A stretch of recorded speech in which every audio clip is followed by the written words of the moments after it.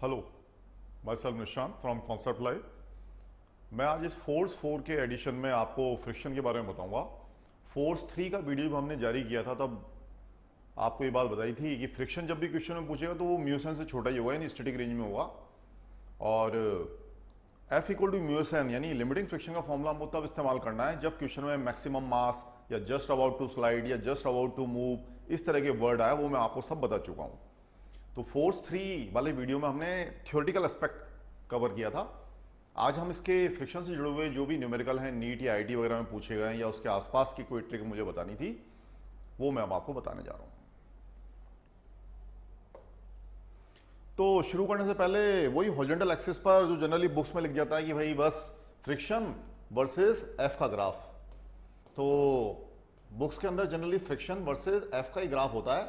और हम उस एफ की जगह पर लास्ट वीडियो में भी बताएं कि हमको क्या लेना है, force available along line of motion या लाइन ऑफ मोशन की तरफ अप्लाइड फोर्स और बेसिक फोर्स या उसके कंपोनेंट। ठीक है जी, तो आज भी उधर ही हम डिस्कस करेंगे। ये क्वेश्चन आपका AIPMT 2010 में आया था। एरो मैंने तो हॉरिजॉन्टली बनाए थे, वो टेढ़े हुए। थोड़ा स्मार्ट बोर्ड में थोड़ा बहुत भी टच सेंसिटिव होता है तो चीजें बदल जाती हैं और ये मिटते भी नहीं है। एनीवे, आप इधर ध्यान दें। एक ट्रॉली है जिसके आगे एक ब्लॉक फिक्स नहीं है पर, ठीक है जी। इस ट्रॉली को आप धक्का दे रहे हैं अल्फा एक्सेलरेशन से, इसलिए ये ब्लॉक जो है वो नीचे गिरना भूल गया है, क्योंकि इस पर ऊपर की तरफ क्या लग रहा है, फ्रिक्शन, और नीचे की तरफ क्या लग रहा है, वेट लग रहा है। तो क्वेश्चन को अच्छे से समझिए कि ट्रॉली के आगे इस तरह का एक ब्लॉक है, पर वो वहां पर फेविकॉल से या किसी नेल कील वगैरह से नहीं ठोका हुआ है। It is free to move, पर ट्रॉली का एक्सेलरेशन अल्फा दे रखा है। तो उस अल्फा एक्सेलरेशन की वजह से यदि हम ऑब्जर्वर को ट्रॉली पर ही बैठा दें तो आप भी जानते हैं तो सुडो फोर्स लग जाएगा। तो वो जो सुडो फोर्स है उसके चलते यहां पर नॉर्मल फोर्स आ जाएगी और वो नॉर्मल ही यहां पे आपको फ्रिक्शन की वैल्यू देने लगेगा। एनीवे, जो सिखाना वो देखिए। पहले तो लाइन ऑफ मोशन कौन सी है, ऑब्वियसली यही वाली है ना। तो ये ब्लॉक जो है वो इस ऑब्जर्वर के रिस्पेक्ट में किधर गिर सकता है, नीचे, और हम यही चाह रहे हैं कि ये नीचे ना गिरे। तो एक्सेलरेशन निकालना है जिससे कि ब्लॉक है नीचे गिरना भूल जाए, नीचे ही ना गिरे। तो मुझे हॉरिजॉन्टल एक्सिस पे क्या लेना है, वेट। ठीक है जी, क्योंकि उस डायरेक्शन में force available along line of motion कौन है, आपका वेट। और उस वेट को रोकने के लिए कौन आया है, आपका फ्रिक्शन। फ्रिक्शन की वैल्यू, ठीक है जी, मैक्सिमम वैल्यू है तो फ्रिक्शन या तो म्यूएसएन होगा या उससे छोटा होगा। तो मान लीजिए मेरा एक्सेलरेशन अल्फा काफी कम है। यदि मेरा एक्सेलरेशन अल्फा काफी कम होता तो वेट जो था वो उस म्यूएन के पॉइंट से बड़ा होता। तो म्यूएन के पॉइंट से वेट बड़ा होता तो क्या होता, काइनेटिक रीजन में आया था और ये नीचे गिर जाता। इसका मतलब मुझे अल्फा काफी ज्यादा रखना है। अल्फा ज्यादा होने से ही, यानी एक्सेलरेशन ज्यादा होने से ही एन की वैल्यू यानी कॉन्टैक्ट फोर्स की, नॉर्मल फोर्स की वैल्यू ज्यादा आएगी और तभी जाके आपको सफिशिएंट फ्रिक्शन मिलेगा अपवर्ड डायरेक्शन में, जो कि इस mg को काउंटर बैलेंस कर सकेगा। ठीक है जी। तो फ्रिक्शन म्यू एन जो है ये तो है वो आपका इसको गिरने से रोक रहा है, और mg ये चाहता है कि भाई तुम नीचे गिर जा। तो मैंने n की वैल्यू बढ़ा दी, n की वैल्यू बढ़ा दी तो मेरा पॉइंट ग्राफ का ये वाला ना हो गया, अब क्या है, एक बड़ी रेंज का ये ग्राफ मिल गया मुझे।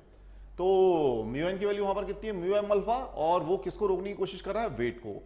तो ये क्वेश्चन मेरी बन गई कि मेरा जो भी एक्सेलरेशन की वजह से नॉर्मल फोर्स और नॉर्मल फोर्स के चलते upward direction of friction force हमेशा मेरे वेट से बड़ा होना चाहिए, और लिमिटिंग केस में बराबर कर दिया हमने। ठीक है जी। तो ये जब तक उससे बड़ा होगा तब तक ये नीचे नहीं गिरेगा, बस। ठीक है। तो n की वैल्यू हमने क्या रख दी है, n की वैल्यू यहां से उठाई ली हमने। n की वैल्यू कितनी होगी, m अल्फा, तो n ये होगा, और n क्या प्रोवाइड करेगा इस ब्लॉक को। यदि आप इसका ठीक से एफबीडी बना लेंगे तो n की ही डायरेक्शन में, क्योंकि अल्फा एक्सेलरेशन है, तो n की वैल्यू क्या आएगी आपकी, m इंटू अल्फा। तो n की वैल्यू m अल्फा डाल दी, और n की वैल्यू m अल्फा डालने पर इसको सॉल्व कर लें, m से m कट गया तो अल्फा की वैल्यू क्या होनी चाहिए, जी वाई म्यू से हमेशा बड़ी होनी चाहिए। ठीक है। तो हमने फिर से देखा कि जरूरी नहीं कि आप हर बार ये फोर्स अप्लाइड ये क्या लेंगे, force available along line of motion. ये आइए, ये IIT 2003 का क्वेश्चन है, आप एक बार इसको देख लें। 10 न्यूटन का फोर्स लगाया है which is just sufficient to hold the block of mass m against the wall, and the friction coefficient between wall and block is 0.2, और आपसे ब्लॉक का वेट पूछा है। तो IIT 2003 का वो क्वेश्चन है, इसमें हम अपनी सारी ये जो थ्योरी है जिसको मैं बार बार, ये अब तो छठी स्लाइड पे आ रही है कम से कम, तो मैंने इसको फिर से लिख दिया है। तो 10 newton force is just sufficient to hold block mg। मैंने पहले ही बोला जस्ट वाली बात आ जाएगी, इसका मतलब आप लिमिटिंग फ्रिक्शन का इस्तेमाल करेंगे, ठीक है जी। Maximum mass, just to slide, just about to move, just to hold, just जब भी लग जाएगा इसका मतलब वो इस पॉइंट की बात कर रहा है। तो सबसे पहले हॉरिजॉन्टल एक्सिस पे क्या लेना है मुझे? भाई हॉरिजॉन्टल एक्सिस पे मुझे एफ नहीं लेना, पहली बात तो ये सीखने की है। अप्लाइड फोर्स नहीं लेना। हॉरिजॉन्टल एक्सिस पे क्या लेना है? Force available along line of motion. अरे भाई ये दीवार तोड़ के इधर तो जाने से रहा, तो इसकी लाइन ऑफ मोशन क्या हो सकती है? सिर्फ ये वाली वर्टिकल इस तरह से। तो वर्टिकल डायरेक्शन में कौन सा फोर्स लग रहा है? वेट। तो मैंने हॉरिजॉन्टल एक्सिस पे क्या लिखा है? वेट। अब ये नीचे नहीं गिरा क्योंकि उसने तो ब्लॉक को होल्ड कर रखा है, इसका मतलब फ्रिक्शन की तरफ लग रहा होगा, ऊपर की तरफ लग रहा होगा, ठीक है जी। उस फ्रिक्शन की मैक्सिमम वैल्यू क्या हो सकती है? Mu S N. तो उस फ्रिक्शन की मैक्सिमम वैल्यू कितनी हो सकती है? Mu S N. तो दोनों को इक्वेट कर दिया, क्योंकि ये तो नीचे गिर ही नहीं रहा, दोनों को इक्वेट कर दिया। एन की वैल्यू क्या आएगी? भाई दीवार तो टूट नहीं रही है, यानी एक्स डायरेक्शन में एक्सेलरेशन कितना है? 0 है। इसका मतलब ये both forces are balancing each other. तो एन की वैल्यू कितनी हो गई? 10 हो गई। एन की वैल्यू 10 डाल दी। म्यू एस उसने 0.2 दे ही रखा है, जी को 10 मानते हुए कट गया, तो मास की वैल्यू कितनी आ गई? 0.2 kg आ गई, ठीक है। तो क्वेश्चन आसानी है, बस मेन बात वही है कि लाइन ऑफ मोशन के अलोंग कौन सा फोर्स लग रहा है? वेट लग रहा है। ये वाला नहीं लेना है, अप्लाइड फोर्स नहीं ले रहे हम इस हॉरिजॉन्टल एक्सिस पर। ऐसा कैसे और क्वेश्चन देखते हैं अब हम। ये देखिए, इसमें थोड़े डाटा बदल दिए, आप अपनी तरफ से कोशिश करिए फ्रिक्शन की वैल्यू क्या होगी, नहीं तो मैं तो आपको बताने की शुरुआत करने जा ही रहा हूं।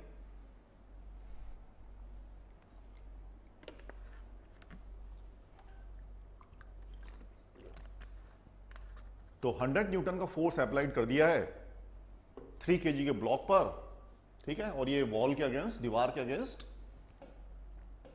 टिका हुआ है। फ्रिक्शन कोएफिशिएंट 0.6 है, तो म्यू एस एन तो निकाल ही ले रहे हैं। वो आंसर तो हालांकि कभी भी नहीं होता, यहां भी नहीं हुआ, अभी देखिएगा।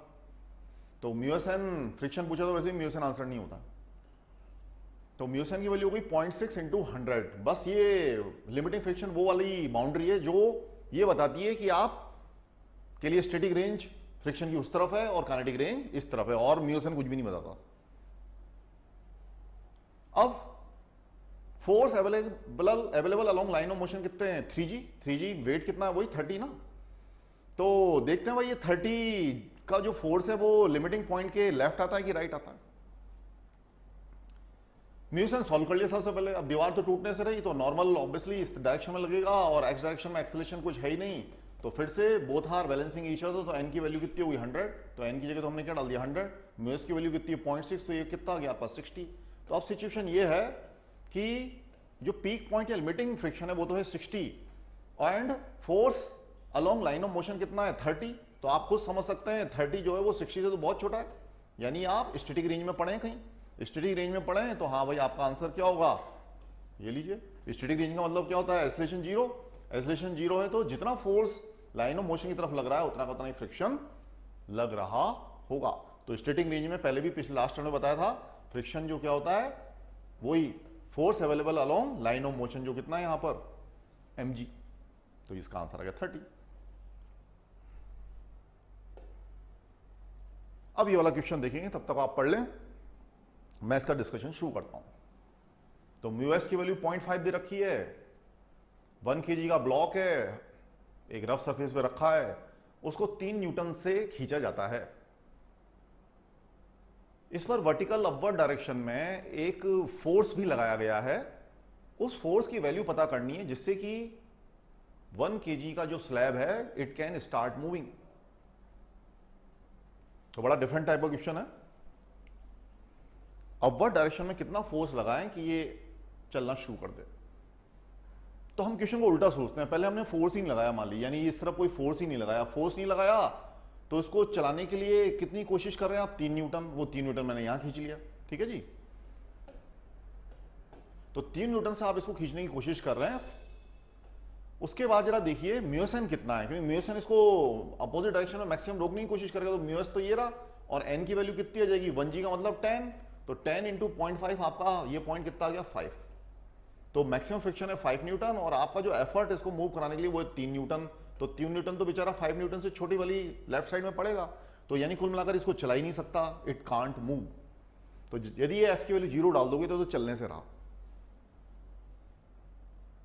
इसका मतलब ये है इसको चलाने के लिए कि भाई इधर तो फिक्स डाटा है, तो 3 न्यूटन जब आप लगा रहे हो तो पीक पॉइंट जो यहां दिख रहा है ना लिमिटिंग फ्रिक्शन, वो भी कितना हो जाए, 3 हो जाए। यानी एक ऐसी सिचुएशन आ जाए 3 न्यूटन का आप एफर्ट कर रहे हो और 3 न्यूटन का ही लिमिटिंग फ्रिक्शन लग रहा हो। तो लिमिटिंग फ्रिक्शन को कैसे रिड्यूस करें भाई, मेटेरियल तो तुम बदल नहीं सकते, क्योंकि म्यूएस तो किस पे डिपेंड करता है, मेटेरियल पे। पर एन को आप जरूर बदल सकते हैं। जरा सोच के देखिए, आज मुझको ही कोई क्रेन पकड़ के ऊपर की तरफ खींचे तो पता है नीचे वाले इस फ्लोर पर मेरा जो नॉर्मल फोर्स या कॉन्टैक्ट फोर्स है वो रिड्यूस हो जाएगा, मैं इसको कम ताकत से दबा पाऊंगा। क्यों? क्योंकि मेरे वेट को काफी हद तक ऊपर से आने वाली क्रेन ने कम कर दिया है। ठीक है, तो यहां पर भी ये होगा, आप इसको ऊपर की तरफ उठाएंगे, ऊपर की तरफ उठाएंगे तो उससे नॉर्मल में कमी आ जाएगी। कितनी कमी आ जाएगी जरा देखिए, ये देखिए इधर, तो आपने उसको ऊपर F4 से उठाया, वेट कितना है 1g, तो नॉर्मल की नई वैल्यू कितनी हो जाएगी, है ना, तो नॉर्मल की वैल्यू हो जाएगी 1g माइनस एफ, क्योंकि n प्लस एफ बराबर 1g। सॉल्व करेंगे तो ये देखिए आपकी नॉर्मल की वैल्यू में कमी आ गई। ठीक, तो इसको आप यदि अपवर्ड डायरेक्शन में खींचेंगे तो नॉर्मल की वैल्यू में कमी आ गई। ओके, अब हमने नया लिमिटिंग फ्रिक्शन लिख दिया कि mu S into mu normal equal to effort. Effort कितना है आपका 3। इक्वेशन सॉल्व कर लें जैसे इधर करके, तो एफ की वैल्यू कितनी आ जाएगी 4। यानी जब आप इसको 4 न्यूटन फोर्स लगाएंगे ऊपर की तरफ तो ये नॉर्मल रिड्यूस हो जाएगा, जिसके चलते लिमिटिंग फ्रिक्शन कितना हो जाएगा 3। और उस केस में आपका जो एफर्ट है 3 न्यूटन का, it will be sufficient just to start the motion. ठीक है जी, तो बड़ा डिफरेंट टाइप का क्वेश्चन है, इसको आप समझिए।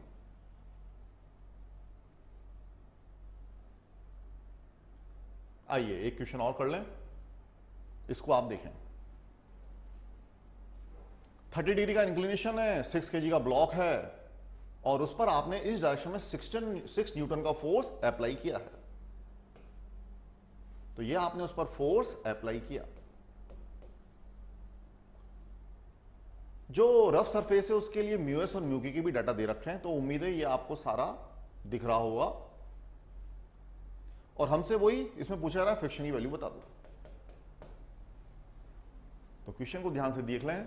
6 kg का ब्लॉक है जो कि 30 डिग्री के इंक्लिनेशन पे रखा हुआ है, और उसमें डाउनवर्ड डायरेक्शन में जो वेट कंपोनेंट है वो है आपका mg sin थीटा, यानी mg sin 30 डिग्री करोगे तो वो आपका कितना जाएगा 30 आई जाएगा।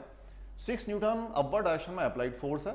ठीक है जी, तो सबसे पहले तो हम वही n निकाल लेते हैं, लिमिटिंग फ्रिक्शन निकाल लेते हैं। तो लिमिटिंग फ्रिक्शन क्या होगा, म्यू एस एन, और n किधर आएगा mg cos थीटा। तो cos थीटा यानी cos 30 डिग्री की वैल्यू डाल दें, म्यू एस की वैल्यू 0.4, mg की वैल्यू 60। इस तरह से ये आपका लिमिटिंग फ्रिक्शन आ चुका है, जिसको सॉल्व करने में रफली डाटा ये आपका जाएगा 20। तो जो लिमिटिंग फ्रिक्शन है वो आप निकाल चुके हैं, दैट इज 20। और इसको net force available along line of motion कितना हो जाएगा 30 माइनस 6, क्योंकि weight component mg sin theta कितना आ रहा है 30, उसमें से 6 को माइनस किया तो वो कितना हो गया 24। तो ये डाटा क्या आ रहा है 24। अब आप समझ सकते हैं इसका प्रोजेक्शन लेंगे तो 20 तो यहीं खत्म हो गया। इसका मतलब 24 किस रेंज में जाएगा, काइनेटिक रेंज में। ये देखिए इधर, तो 20 है आपका लिमिटिंग फ्रिक्शन, 24 है आपका काइनेटिक फ्रिक्शन वाली रेंज में। ठीक है, यानी इसका चलना तय है, नीचे की तरफ चल देगा, और उस केस में आपका काइनेटिक फ्रिक्शन लगेगा। फिर तो वही म्यू के एन, म्यू के आपको दे ही रखा है, एन की वैल्यू आपकी mg cos थीटा डाल देंगे तो रफली 10 न्यूटन जैसा आंसर आपको मिल जाएगा। तो यहां पर भी मैं आपसे यही कहना चाह रहा हूं कि आपने यहां पर देखिए एफ वर्सेस ये ग्राफ नहीं लिया है, आपने किसका लिया है, फ्रिक्शन वर्सेस फोर्स अवेलेबल। तो फोर्स अवेलेबल आपका कितना है, mg sin theta minus applied force, उनमें से जो भी बड़ा हो। ये मैंने फोर्स 4 के लेक्चर में आपके सामने वैसे भी कवर किया हुआ है, तो उसी बात को मैं बार बार दोहरा रहा हूं, क्योंकि फ्रिक्शन में कोई बहुत बड़ा कॉन्सेप्ट नहीं है। बस हॉरिजॉन्टल एक्सिस पे हमेशा आपको force available along line of motion, या फिर कंपोनेंट और the vector sum of the applied force plus basic force.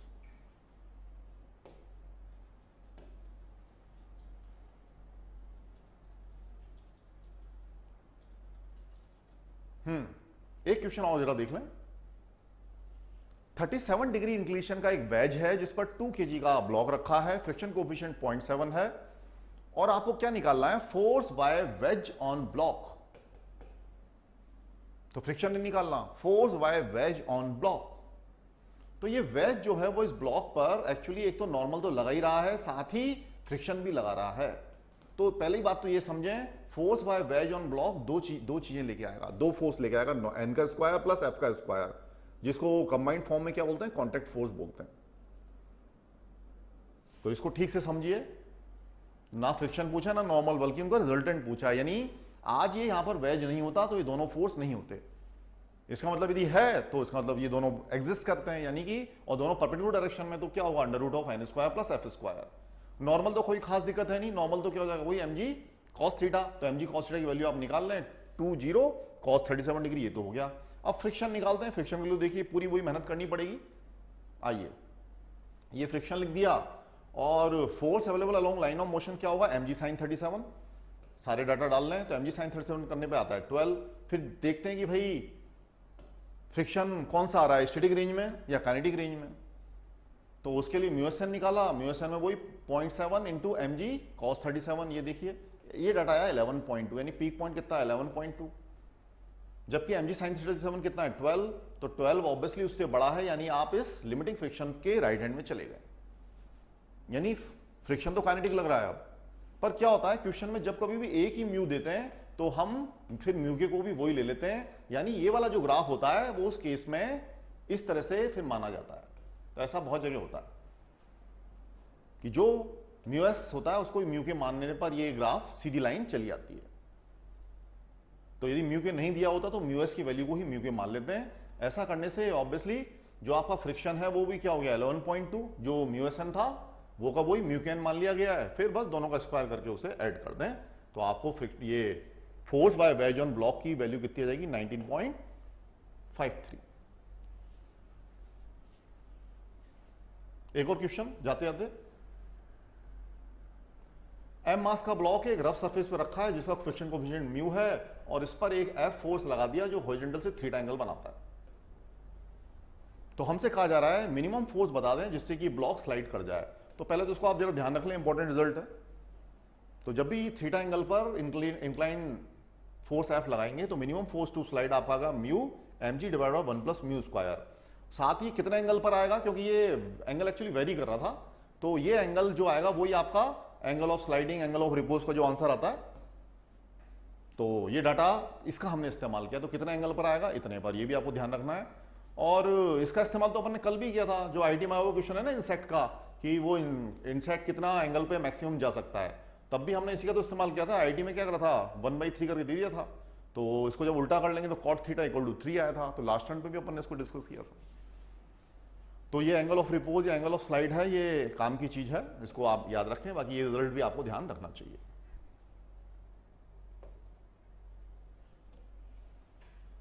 तो ये सब था फ्रिक्शन के बारे में, फोर्स 4 नाम का वीडियो।